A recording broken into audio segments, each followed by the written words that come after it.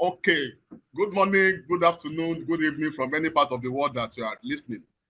My name is Victor Ayoko from the National Open University of Nigeria, and I will be discussing an analysis of the barriers responsible for student dropout rates from open, distance, and e-learning institutions in the context of the Global South.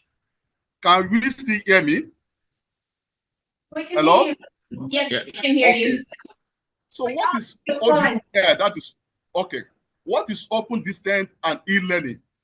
Open distance and e-learning is made up of three domains. That is the open domain, the distance domain, and the e-learning domain. Open simply means that it is flexible. Anybody without any barrier of sex, age, or whatsoever, anybody can embrace the mode of delivery. Distance also means that even from remotest of area, people can connect and access higher education. Of course, while e-learning simply means the use of ICT and artificial intelligence tools to access for teaching and the learning process, either synchronously or asynchronously. Now, what is school dropout?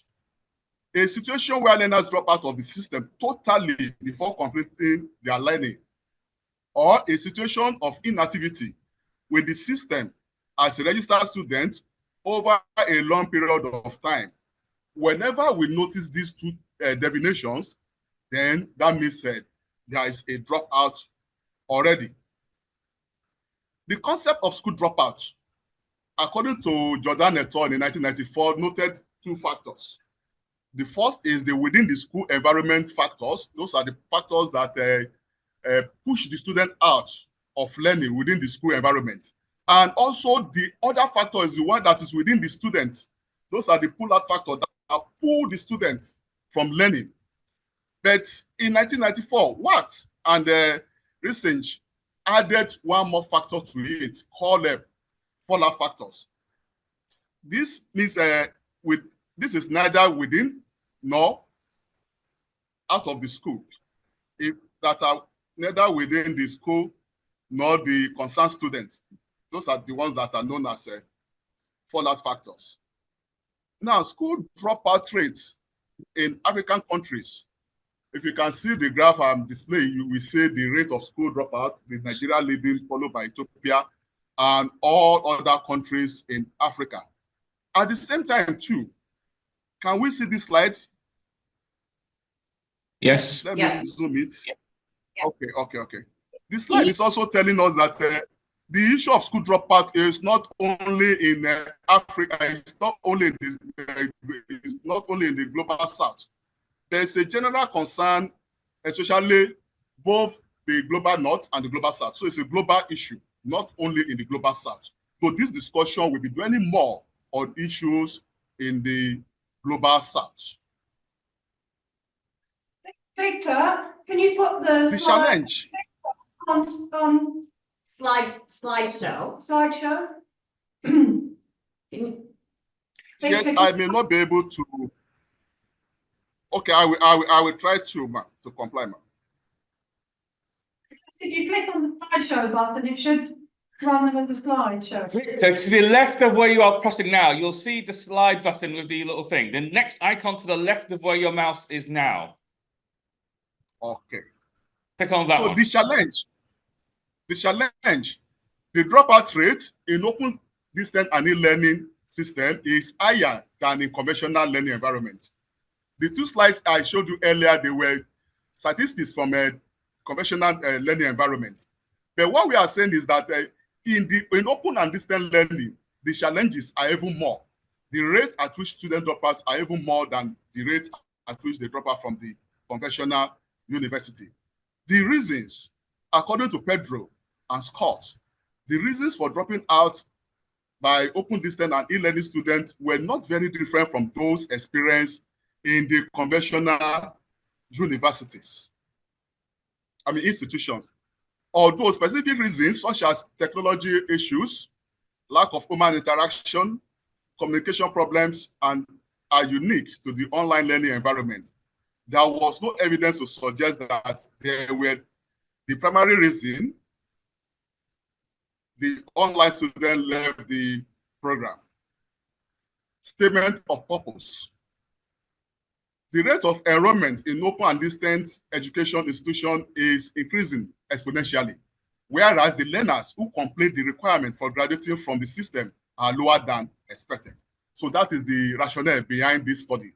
The rate at which students enroll into the system is increasing, while the dropout rate, the way they graduate, is not incommensurate with the rate of enrollment.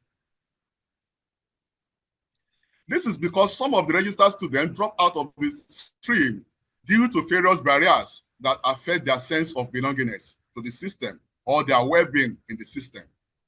To reduce these individual and institutional losses, it is required to investigate the main reasons for learners to drop out of the system.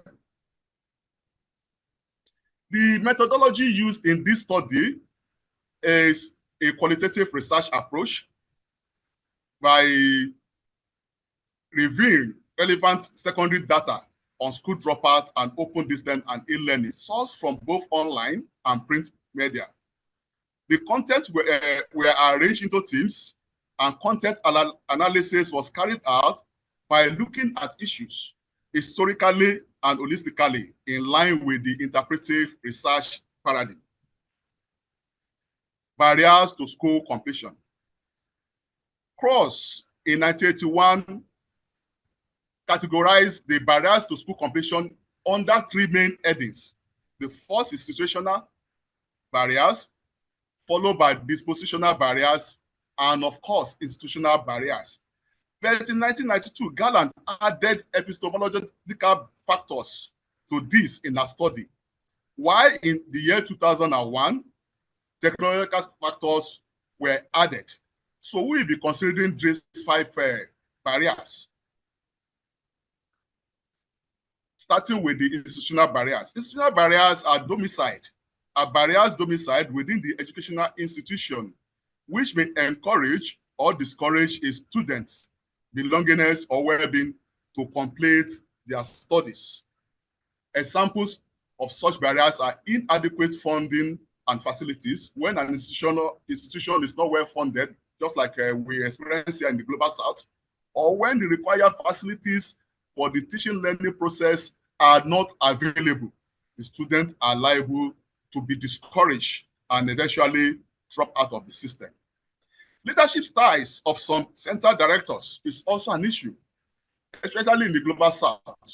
Some center directors assume the role of a demigod in such a way that they make things difficult for the students. And as such, the student becomes demotivated and drop out of the system. Poor communication from the facilitator is also another issue. Just like we know that there is a geographical separation between the students and the facilitators in open distance and e-learning. The only means by which they are connected is through communication.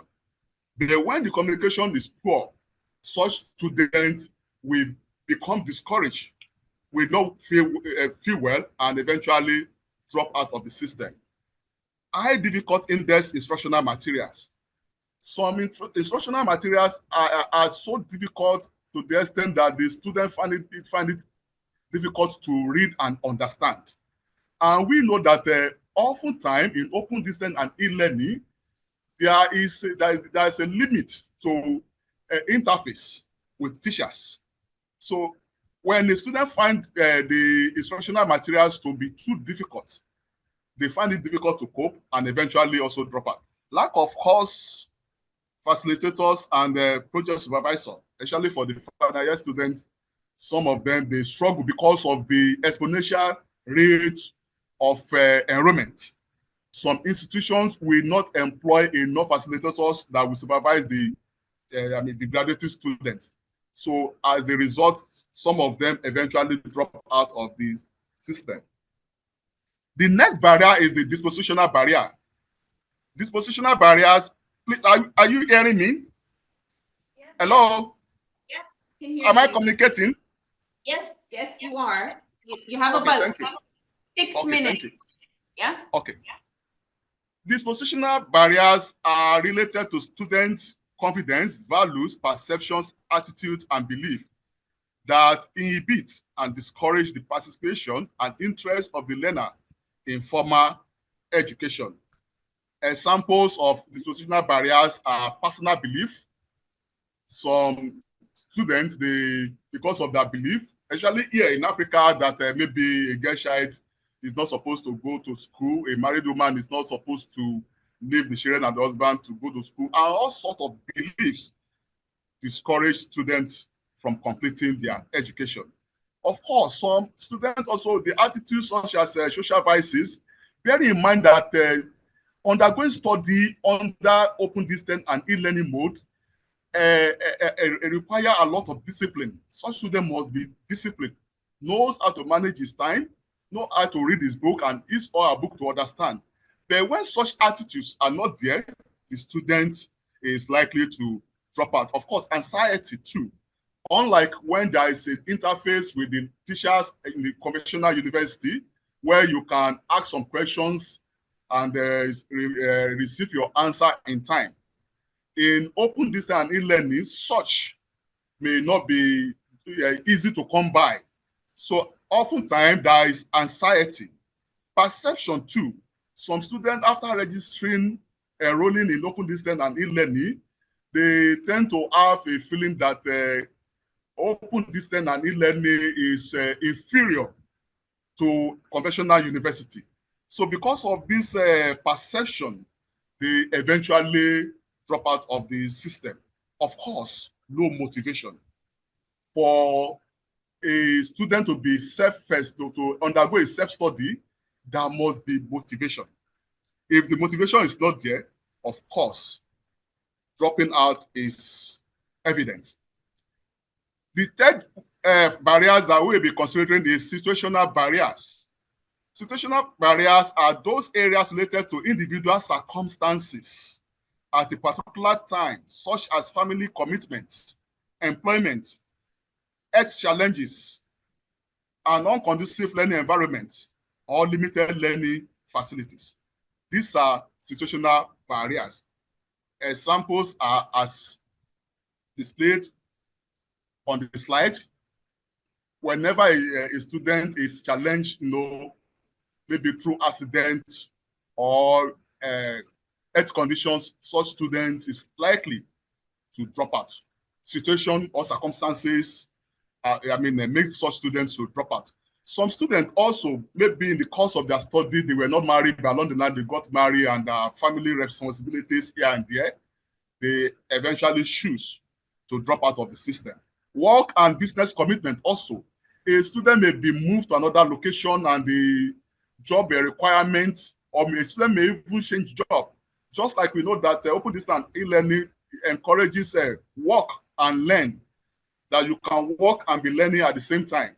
But when a student changes job, such job may take the time to the extent that the student may not be able to cope with the pressure of learning. Financial constraint is another thing, especially in the global south, where the economy is not stable. Maybe when you started the program, you can afford it, but along the line, inflation and all sorts of things may come in that makes it difficult for you to be able to continue with your study. Of course, pure learning environments and inadequate learning facilities are part of the situational barriers that hinders the completion of studies in the open and distant learning. Epistemological barriers are areas that deal with the expectations of the students and the relevancy of the study in the concerned student. It is concerned with barriers to comprehend, barriers to comprehend. Examples are relevance of course materials, communication styles, and sense of community. In open distance and e-learning, if a student have a sense that, or a belief that he is not part of the community, if there's no, a relationship, if there's no collaboration, such student is likely to be discouraged and eventually drop out of the system. Of course, the communication style also is also part of the epistemological barriers. If the communication is not adequate, or if it doesn't come as at when due, such students will lag behind and eventually drop out of the system. Of course, relevance of the course material too. Most of the students that embrace open distance and e-learning are workers. That they expected that coming to school will add value to their studies. But eventually, when they realize that the course materials are not relevant, they eventually drop out of the system. The fifth barrier that we will be considering is the technological barrier. And technological barriers are those which relate to the mode of delivery in open distance and e-learning. They include problems such as computer access, pure interactive platform, irregular access to the internet, and issues with hardware and software. Examples of those are: one, technological glitch, lack of ICT and virtual interactive skills, lack of technical preparation and support, then when the technology overwhelms the content. There's a syndrome that is common here in the Global South. The technology used to run the open distance and e-learning, the platform, it overwhelms even the content. The technology is more than the content. So the such student will ask, have I come to study maybe for instance economics, or have come to study technology? So such students may eventually get discouraged and drop out of the system. Of course, there are glitches also. The glitches here and there, especially in terms of technology. We are not yet there in Africa, but we are moving forward. Yes, I will round up now. So implications of dropping out. What are the implications of dropping out? Financial wastages, time wastage, and economic waste. Those are the implications of dropping out. In conclusion, the reason for dropping out of a distant education course or program are oftentimes due to combined factors, which can be complex, interwoven, multiple, intertwined, or interrelated. So we can see combination of 2 or 3 or 4 of these factors that we have mentioned. When they intertwined or when they interwoven, such students may eventually drop out. It is suggested that by understanding the reasons behind the increased rate of student dropouts of open distance and e-learning programs, institutions that operate such a mode of instructional delivery can begin to develop strategies and formulate policies to decrease dropout rates and maintain enrollment rates in their program. Once again, I want to thank you all for finding time to listen to my presentation. Thank you. Thank you.